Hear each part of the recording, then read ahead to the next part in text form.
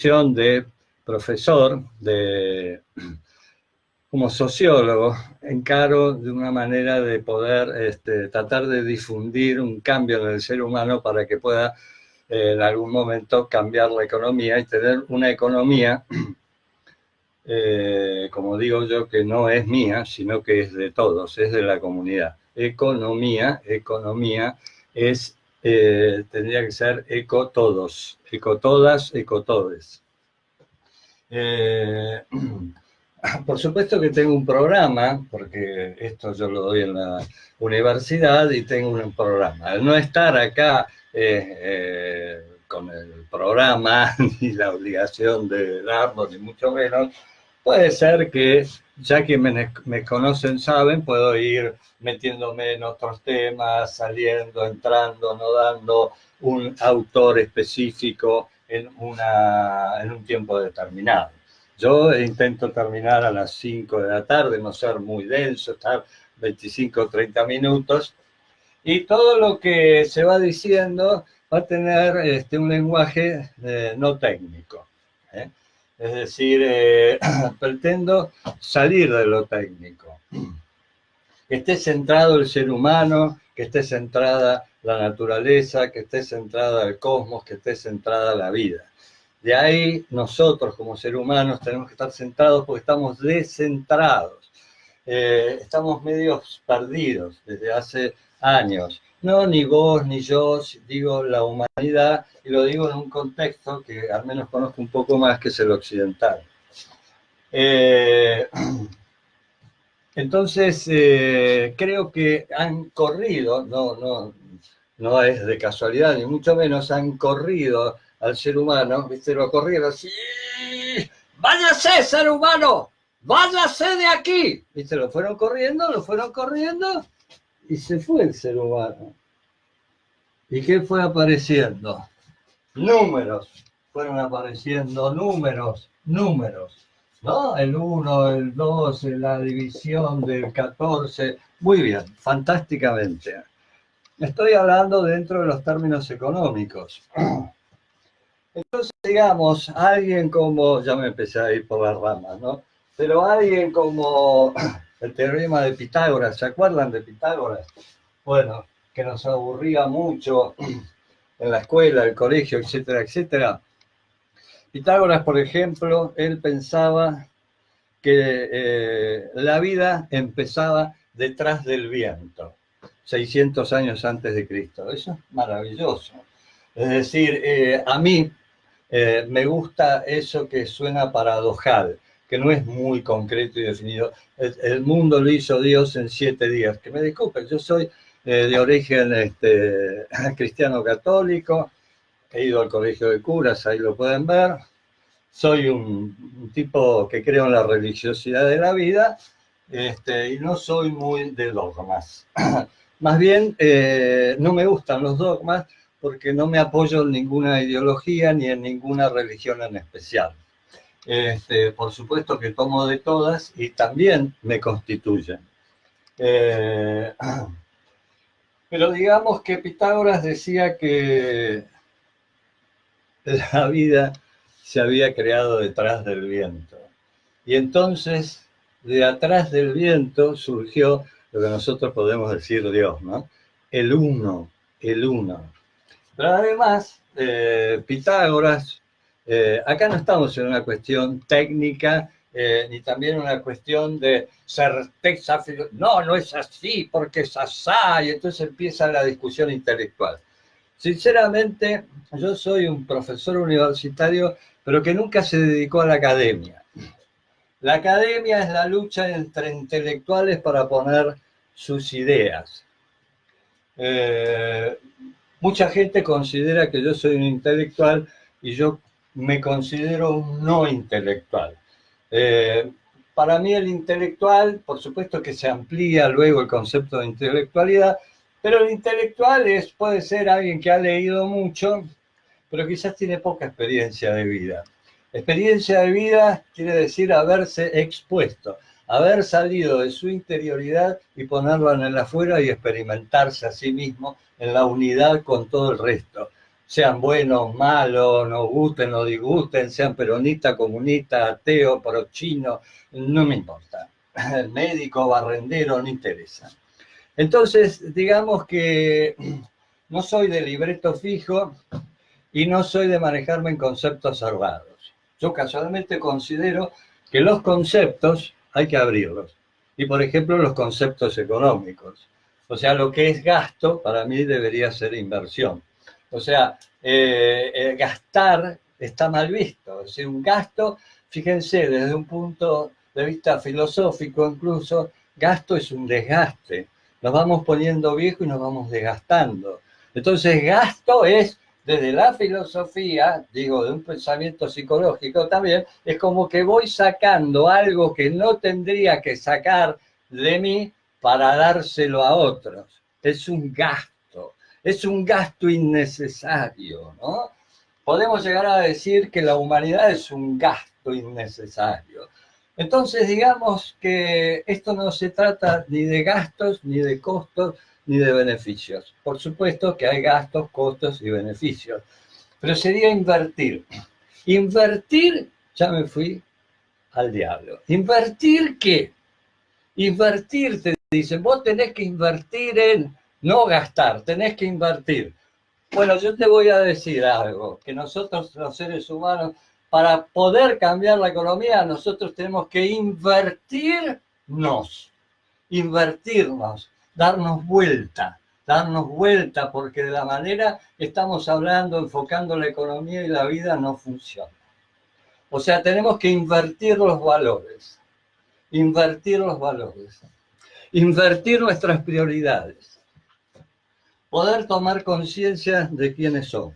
Volviendo a Pitágoras, pues si no me voy a olvidar, él puso en letras, no en números, no sé si se ve, el 1, ¿no? El 1 es la unidad cósmica, macrocósmica. Eso es muy importante, ese valor lo tenemos que interiorizar. Cuando yo hablo de ética, que es algo que puede estar afuera, pero cuando hablo de conciencia, que por ahora digo también conceptos, palabras sueltas, etcétera, cuando hablo de uno mismo, hablo de unidad. Insisto y voy a insistir mucho, no importa si te gusta la política, si no te gusta, si formás parte de este partido, del otro, si sos cristiano, ateo, querés reventar a todas las religiones, no importa, vos pertenecés a la unidad que no sabemos qué es. Yo no te voy a definir qué es la unidad. La unidad es el uno, que todos pertenecemos a algo, y lo digo siempre, que no tiene límites, ni principio, ni fin, y no sabemos qué es. Y eso es una definición que en lo personal, al menos, verme mal, angustiado, no me hace bien, me relaja, me expande. Aquí en la tierra, con los 2 pies sobre la tierra, puedo pensar y actuar y animarme a salir de los conceptos que me han metido en la cabeza y poder vivir. Animarme a cruzar la frontera entre lo que me han dicho siempre que tengo que hacer y en lo que yo tengo ganas de hacer, sin olvidarme jamás que pertenezco a una cultura determinada donde siempre hay deberes, obligaciones, normas, éticas, etc. No es estar en contra. Por ejemplo, ahora nosotros tenemos que estar en nuestras casas. Bueno, y hay mucha gente o alguna gente de varios países que dice, no, yo estoy donde se me da la gana. Yo estoy donde yo quiero. Yo no quiero y no quiero. A mí no me manda nadie. Bueno, eso puede ser si te agarra un psicólogo, te diría, decime, ¿por qué estás en contra de algo que es para tu bien y para el bien de los demás? ¿Qué te ha pasado a vos en tu niñez, en tu juventud? ¿Qué te ha pasado que te revelás? Yo le digo a gente cercana, a veces, en otros temas, no había ni pandemia, le digo, vos te revelás en pelotudeces. Perdone, pero yo en la facultad hablo igual, ¿eh? Vos te revelás en pelotudeces, tenés que cruzar la calle por la esquina y la cruzás por mitad de cuadra. ¿Qué sé yo? Bueno, tenés que quedar dentro de tu casa y no, vos te vas a quedar afuera de tu casa. Pero digamos, vos, como persona, única, irrepetible. ¿Te animás a vivir? ¿Te animás a salir de las coordenadas que nos han impuesto, entre ellas las económicas? ¿O seguís todo a rajatabla? Todo lo que hay que hacer, que te ha impuesto tu familia, la tradición, la economía, etc. Todo vos lo seguís, pero vos cruzás por la... Y entonces tenés que estar en tu casa y te vas afuera, porque vos sos muy rebelde. Digamos que esos son estupideces del ser humano. Es decir, el ser humano tiene que salir de la estupidez que vive en la superficialidad de su vida para poder vivir en la superficie de su vida, que es la superficie donde todos vivimos, pero a su vez hay que profundizar la vida de cada uno. La norma, los que nos dictan, es importante, pero mucho más importante es saber quiénes somos. Entonces, la ley, la norma, deja de ser una ley, una norma, y se constituye, troca en amor. Es decir, yo no tengo que cruzar por la mitad de cuadra, y si hay una pandemia me tengo que quedar por amor. Y yo me tengo que amar a mí mismo, no con egoísmo, sino amarme, saber quién soy, sentir. Entonces voy a poder sentir amor y solidaridad por los demás. Entonces yo me voy a quedar en mi casa muy tranquilo. Hay otra cosa, yo estaba con Pitágoras, pero escucho la radio, la televisión, no mucho, y dice, ahora me tengo que quedar en casa. Y yo estoy aburrido, y yo me aburro. Entonces vos tenés que hacer esto y tenés que hacer lo otro. Entonces, aburrirnos, ¿qué quiere decir aburrirnos? ¿Por qué estamos aburridos? Yo le decía a mi madre cuando tenía 10 años, 12 años, estoy aburrido, mamá, estoy aburrido. Era un poquito nervioso, ¿no? Estoy hincha pelota, estoy aburrido, y mamá decía, desaburrite, hace algo. Digamos, yo creo que el aburrimiento, ¿saben qué es desde un punto de vista existencial? El aburrimiento es salir de la cotidianeidad de nuestros días. Si todos los días hacemos lo mismo, todo eso mismo que nosotros hacemos cada día, generalmente son cuestiones que nosotros asumimos, pero que a su vez son impuestas. Entonces son impuestas, pero están. Entonces yo no me puedo rebelar a ir en contra del trabajo, ni puedo rebelarme a etcétera, etcétera, ni ir a la facultad como estudiante. Entonces me rebelo cuando me dicen, vos quédate en tu casa, y yo no me quedo en mi casa. Y si tengo que levantar la caca del perro, yo la caca del perro no la levanto, ¿sabes? Bien. Entonces, digamos que uno está aburrido, o uno no sabe qué hacer con su vida.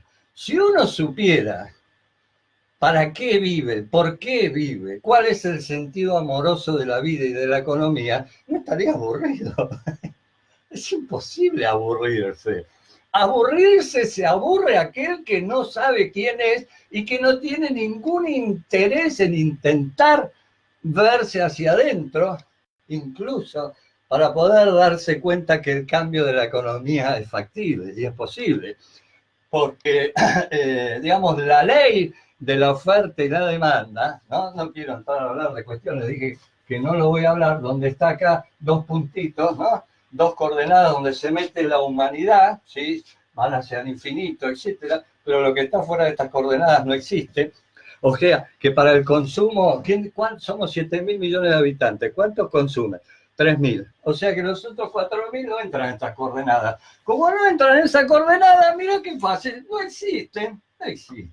Entonces, ni siquiera, digamos, el sistema dice, como decían antes de la caída del muro de Berlín, vamos a crear una economía y una financiación a largo plazo, a 20, a 30 años, incluso el Fondo Monetario Internacional, para incorporar a todos los países del mundo dentro del mercado y luego que se industrialicen, etcétera, que le den de comer a la gente, etcétera, etcétera, y después nos van a pagar. Esto no fue un invento genial de Néstor Kirchner.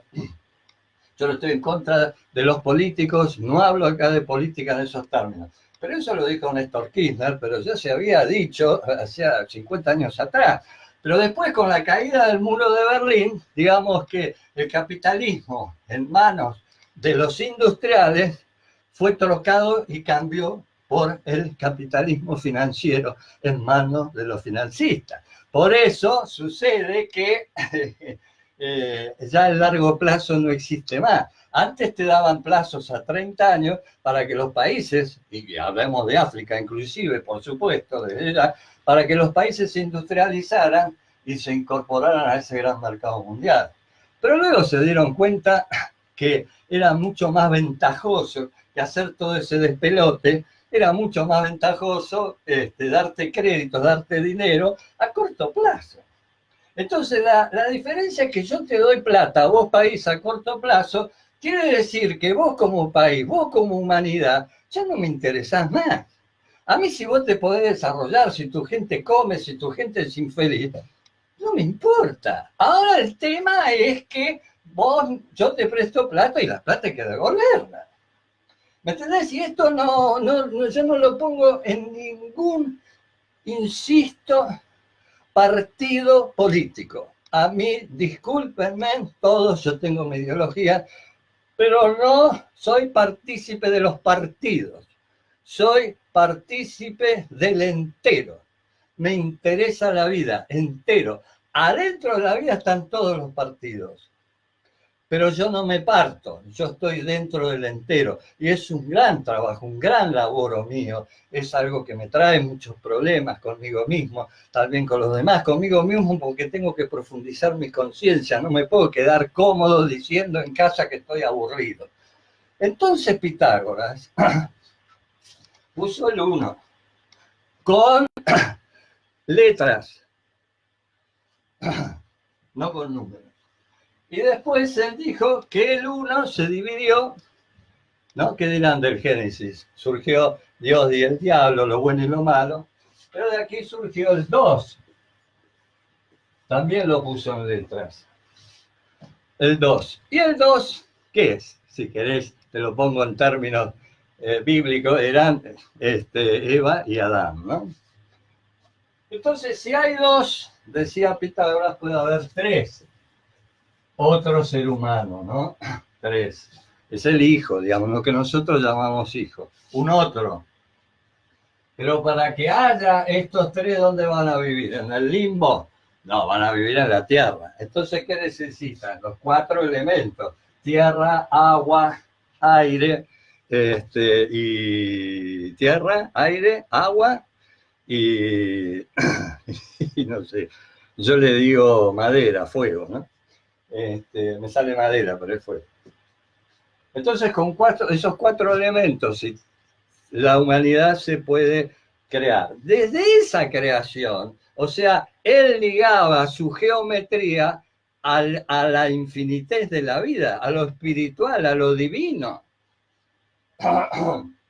Entonces, él después decía que se llegaba a 10, todo esto sumaba 1, 2, 3 más 4, daba 10, y 10 es 1 más 0 igual 0, o sea que se volvía al infinito. Luego llegaron los decimales, Pitágoras entró a patinar, ¿no? Pero digo, ahora sucede, siguiendo esto que yo estoy diciendo, luego los números dejaron de ser letra y pasaron a ser números. 1, 2, 3, 4, pasaron a ser números. Entonces, el ser humano, podemos decir, siempre partiendo de una buena intencionalidad, creó el número así escrito para ponerlo a su servicio. Es decir, para que en vez de andar con una bolsa de patatas, el otro con una bolsa de manzana, intercambiaran por el número. Pero el número no era lo máximo. El número, el dinero en todo caso, pero el número era algo que unía las partes, era un puente. Era un puente. No era que ahí pasó el número a ser más importante. El número que después fue volcado, como hoy concretamente, por supuesto, se usa en todas las ciencias, etcétera, etcétera, pero es lo que prima en la economía, el número. Si no hay número, ¿cómo hacen la economía? Entonces, digamos que el número fue tomando vuelo y los seres humanos, el intercambio, entre seres humanos, que era una manera de conocerse uno con el otro y no guerrear, porque cuando se pedía la rebaja de precio, etcétera, mirá ese que desgraciado que encima quiere entrar a hacer rebajas y qué sé yo. Todo eso se hacía y se hace, por ejemplo, en los países de África, del norte de África y Marruecos, y etcétera, etcétera, porque es una manera de ir conociéndose. Todo ese diálogo no es porque yo te voy a cagar y vos me vas a ganar y yo tengo más y todo, tomá, lo cagué. No, era simplemente por una cuestión de conocimiento, de comunicación humana, porque por ahí uno vivía en el medio del desierto y el otro vivía a 300 kilómetros lleno de arena también, hasta acá. Entonces llegaba y decía, ¿y este quién es? Este me va a cagar, este no sé, es amigo, enemigo, conozcámonos. Entonces ese intercambio humano se hacía con un puente que era ese número, aunque se intercambiaran mercancías y ese número era sagrado. Ahora lo que pasa es que después el ser humano, el hombre varón, el racional, el patriarcal, fue tomando auge a través de su conciencia y elevó el número a una categoría, bueno, no sé, no tiene límites el número. Entonces, digamos, ¿qué pasó?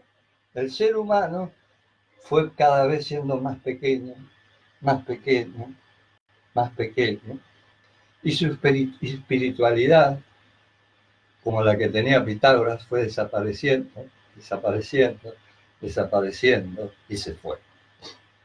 Entonces no hay más espiritualidad, no hay más ser humano. ¿Qué es lo que hay? Números. Números. Entonces el número ahora se hizo grande, poner el 1. El 1.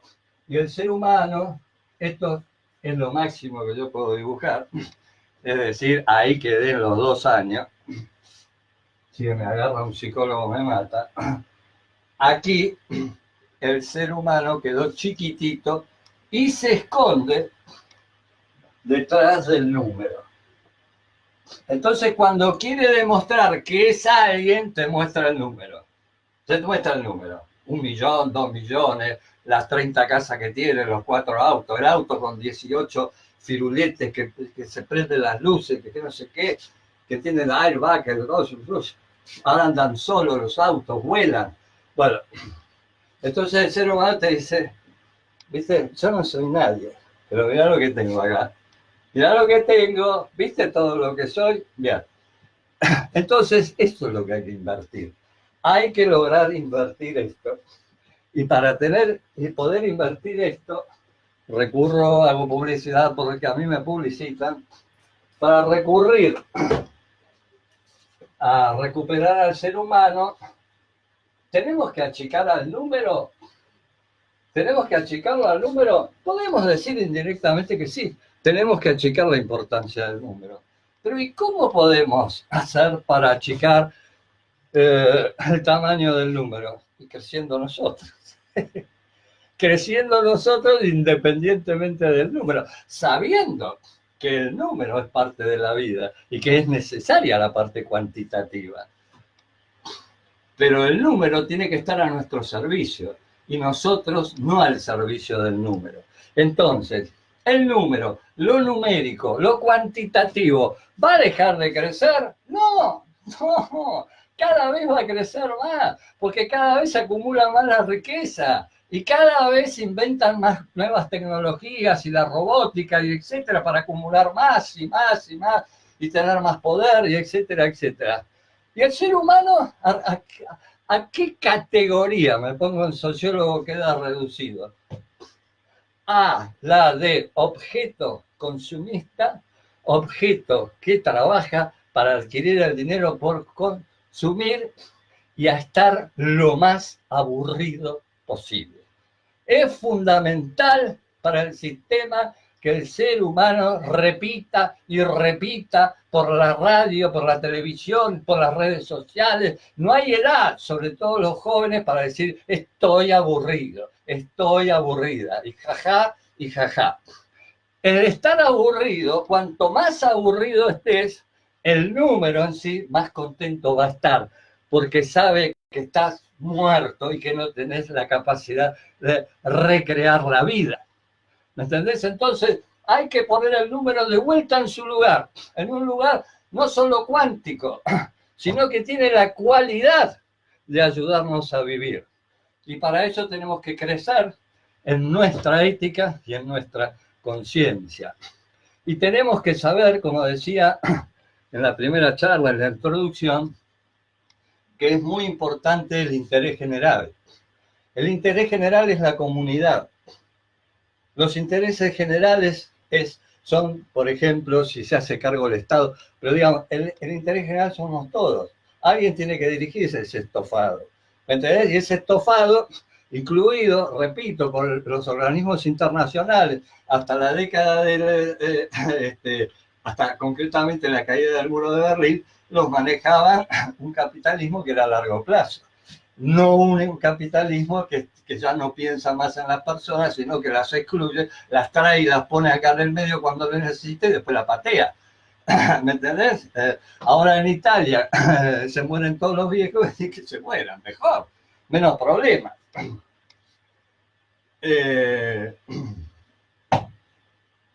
Se ha parado esto. Me parece que se para. Bueno, yo después lo voy a grabar por, esto va a ser grabado por YouTube directamente. Esto que está acá pasa a YouTube, pero según mi hijo, que es el técnico, muy técnico no es, pero sabe más que yo desde ya, que no me he dedicado a esto, él después me lo pasa a YouTube. En YouTube lo pueden encontrar en profe.carlosventafrida, que es mi nombre. Entonces, digamos, es un largo ejercicio interno, que ya vamos a hablar, numérico, porque lo cuantitativo y lo cualitativo tienen que estar unidos. Porque además parece que el ser humano tiene que acumular, tiene que ganar, no tiene que perder, y se está olvidando de sí mismo, de su esencia. El otro día, Agustín Ábalos, me hizo un exalumno mío, gran tipo, gran persona, me decía algo, hizo un dibujo de lo que yo había dicho acá como clase, y él después, y a mí me pareció genial. Pero yo digo lo siguiente, ¿no? Acá están los intereses generales,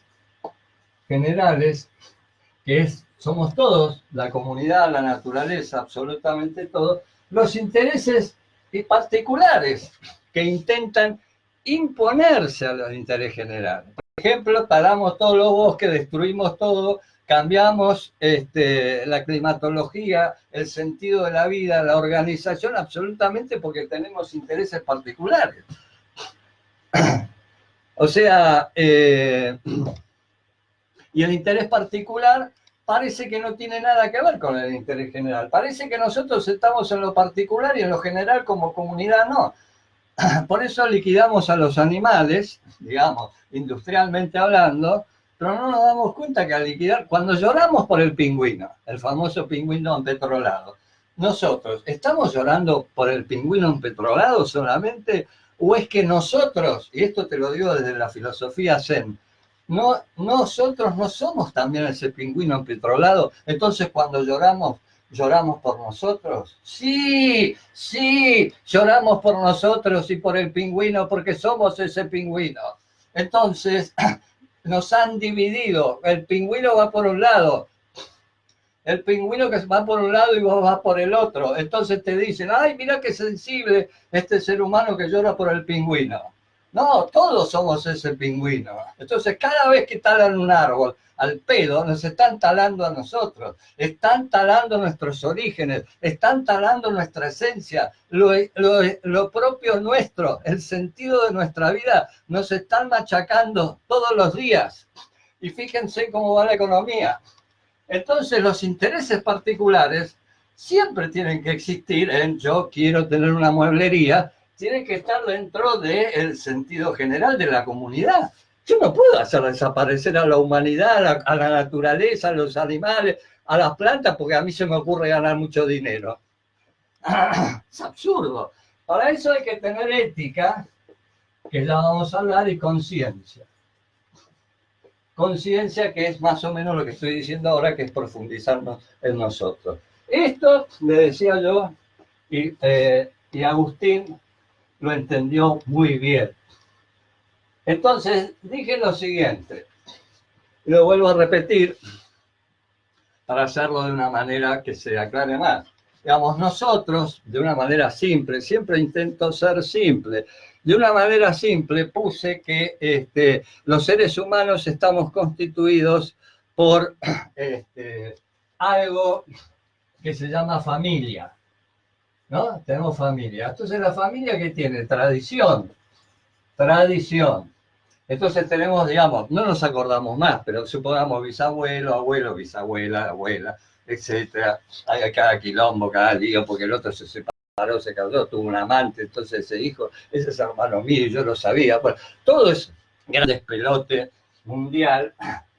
Digamos que, a su vez, le iban diciendo que tenía que ser, suponete, que no podía ser más verdulero ni mecánico de auto, ahora tenía que ser doctor. Entonces ahí va. Y el hijo por ahí no quiere ser doctor, quiere ser mecánico de auto, pero no puede ser mecánico de auto, tiene que ser doctor.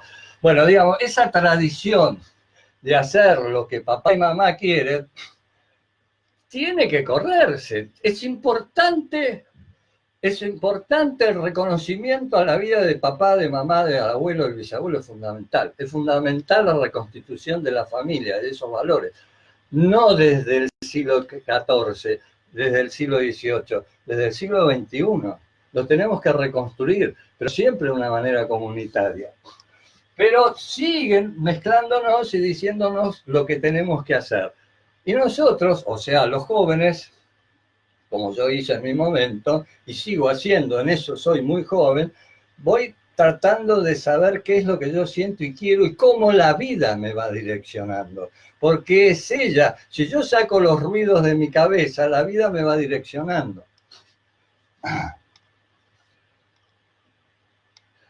Bueno,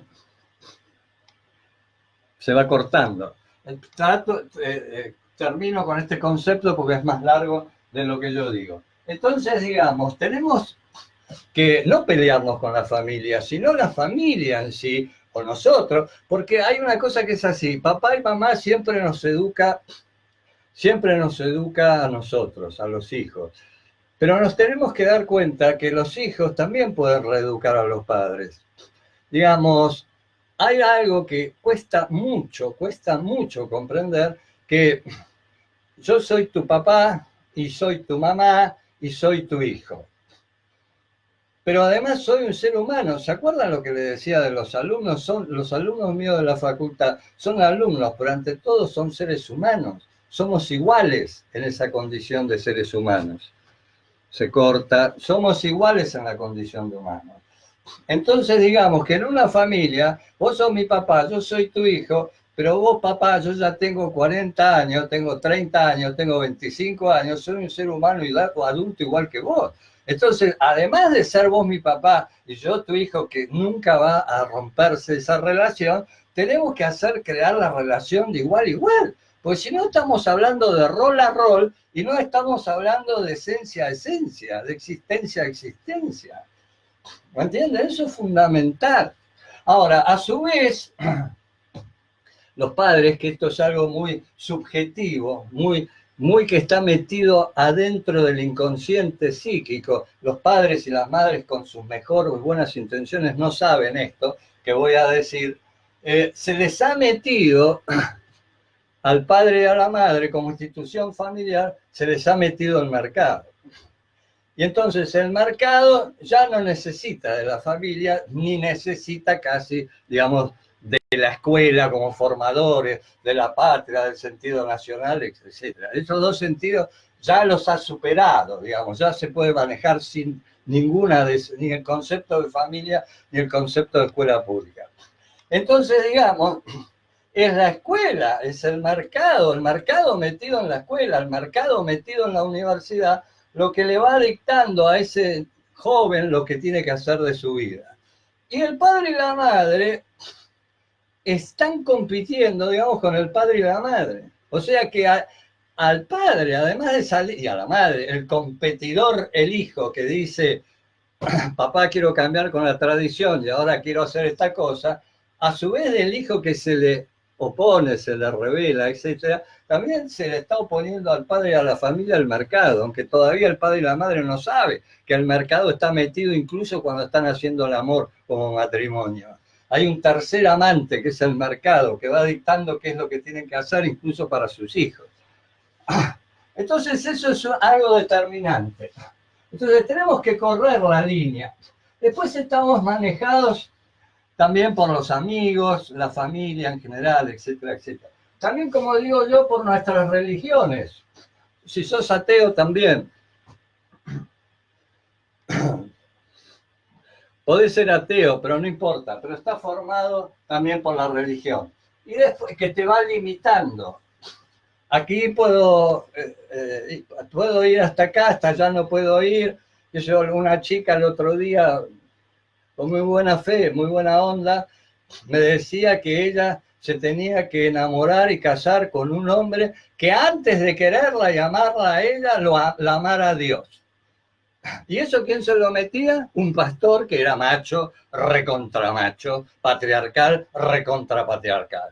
Bueno, así no funciona esa religión. Por ejemplo, hay que encontrar la religiosidad dentro de la vida.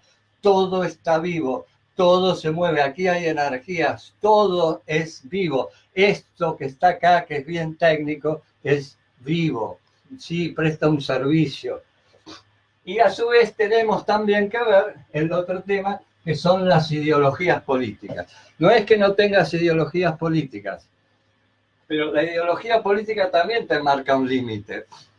Por ejemplo, qué pena que esto se está cortando. Por ejemplo, yo te digo una frase. Te digo, no sé, el amor es una cualidad indiscutible del ser humano.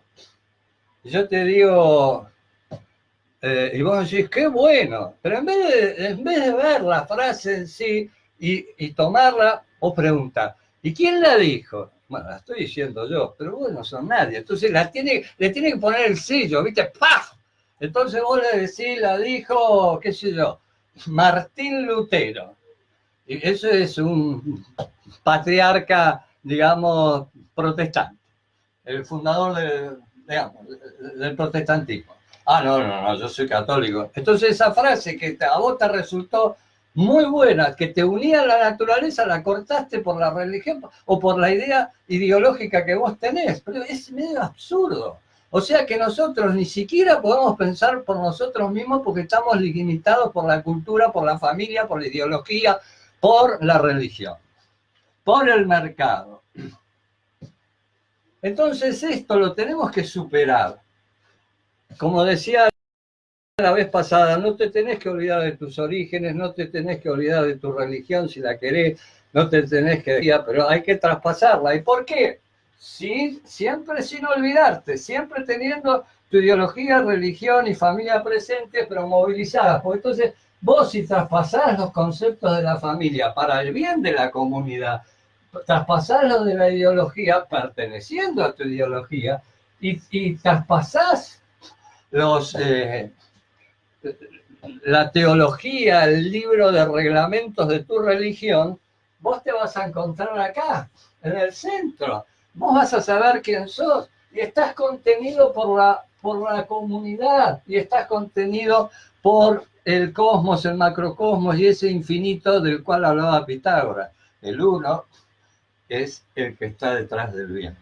Bueno, tengo que dejar acá porque si no se hace muy largo y se está cortando. Ya iremos mejorando la cuestión, pero lo que quiero decir es que tenemos que recuperar el sentido de la vida para poder hacer la economía. Quiero decir algo y quiero cerrar con esto, que es para pensar. Yo generalmente lo que trato es que podamos pensar. Digamos, Freud decía que nosotros somos un iceberg, ¿no? Un iceberg. Esta es el agua, esta es la punta del iceberg, y como sabemos, la mayoría del iceberg está por debajo del agua. Bueno, eso desconocido él le llamó inconsciente. no lo conocemos. Nosotros nos manejamos en este pedacito de acá, que supuestamente nosotros le llamamos lo racional. O sea que nosotros somos muy racionales y somos este pedacito. Pero todo este pedacito lo desconocemos. Y el sistema también quiere que lo desconozca, ¿no? Las emociones, el sentir, la sensualidad de la vida. Vos no podés ser sensual porque si no se pierde tu racionalidad. Por eso las mujeres también eran peligrosas, y la naturaleza. Hume, por ejemplo, un filósofo inglés del siglo XVI, XVII, que fue uno de los que armó, digamos, por su pedagogía filosófica, la revolución surgió ahí industrial. Él decía que para haber ciencia tenía que dominar a la naturaleza y esclavizar a la mujer, porque eran dos cuestiones que impedían desde un punto científico el pensamiento racional, porque iba a estar siempre presente como predominante ese pensamiento que es indestructible, que es el de la mujer y el de la naturaleza. Porque la ley de la oferta y la demanda son convenciones de ciertas personas que dijeron, mira, vamos a manejar el estofado así. Pero digamos que las convenciones de la naturaleza las puso la naturaleza y existen, querramos o no querramos nosotros. Por eso a la naturaleza la quieren destruir, porque es algo a lo cual no pueden dominar, por más que lo diga el Génesis, escrito en palabritas santas. Entonces, digamos, si yo les hablo de Freud, y él dice que esta parte nuestra es la que tenemos que descubrir, yo hablo de algo más profundo aún, que es la conciencia, y que solo actuamos en esta parte. Digamos que el mundo que nosotros teníamos, que estaba todo relacionado en sí, ha sido reducido a lo técnico-científico. Todo es técnico. Ahora hasta para masturbarte vos tenés que tener técnica. ¿Me entendés? O sea, tenés que comprar aparatos en el mercado para masturbarte. O sea, que te hacen meter en el mercado. O sea, en la economía, porque ya ni siquiera tenés esas capacidades. Te están diciendo que sos un imbécil, una imbécila, hasta para la masturbación. ¿Me entendés? Entonces tenés que ir a gastar plata. Entonces, esto que yo digo y parece muy gracioso, ¿es un hecho real o no es un hecho real? Que vos tenés que disfrutar más de la sensualidad, pero como tu sensualidad está tapada, que es la naturaleza misma, pero no la sabemos ver, vos tenés que ir al mercado a comprar aparatitos. Si vas al mercado a comprar aparatitos, quiere decir que acá se terminó todo, y acá no hay más nada. Entonces reflotemos eso, demos vuelta a esos valores, reflotemos la calidad del ser humano. Entonces todo ha quedado reducido a la técnica. Entonces son técnicos, no sé, técnicos en esto, técnicas en otro, técnicos en esto, técnica de respiración, técnica de cosas para encamarte, técnica de no sé qué, para comer, no sé, un bife de chorizo, si sos vegetariana, no sé, una pizza vegetariana, son técnicas y técnicas y técnicas. Entonces digamos que el técnico se metió acá. Esta es la superficie. Entonces el técnico aprende, y cada vez por ahí termina trabajando en la NASA. Fantástico por él, ¿eh? Son fundamentales y necesarios y a sus pies me pongo. Pero digamos, dentro del mercado común se va haciendo técnico en esto, en lo otro, y va profundizando y tiene su vida. Pero después sale a la superficie y no entiende nada. No sabe quién es. Entonces, le han reducido su vida y él ha aceptado hacer un técnico en eso. Entonces, él más plomo que una persona así no hay. Porque lo único que te habla de lo que sabe hablar, de la técnica para poner el tornillo, el bulón y el periscopio del coso, qué sé yo. Y viste, 1 hora, 3 horas, 7 horas, viste, digamos, mucha técnica, pero la sensualidad la mataste, man, woman. Bueno, y el otro día un amigo...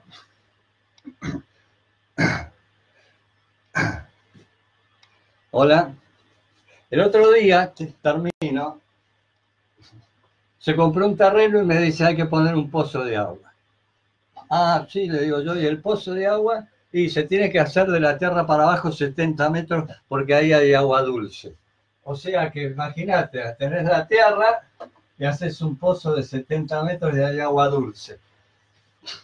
¿Qué es el agua dulce? Digo yo lo invento, yo lo creo. ¿Qué es? Si Freud dice que nuestra vida es muy, muy pequeña porque está solo en lo racional y lo de abajo no sabemos qué, se ha matado hasta la comunicación humana. Bueno, si vos sacás los 70 metros, vos tenés al técnico que por más que busque y busque y sea el rey de la técnica del pirulo cuadrado, la verdad que su vida no tiene demasiado sentido cósmico con los pies en la tierra. Puede hacer un aporte a la economía del cual él ni siquiera entiende.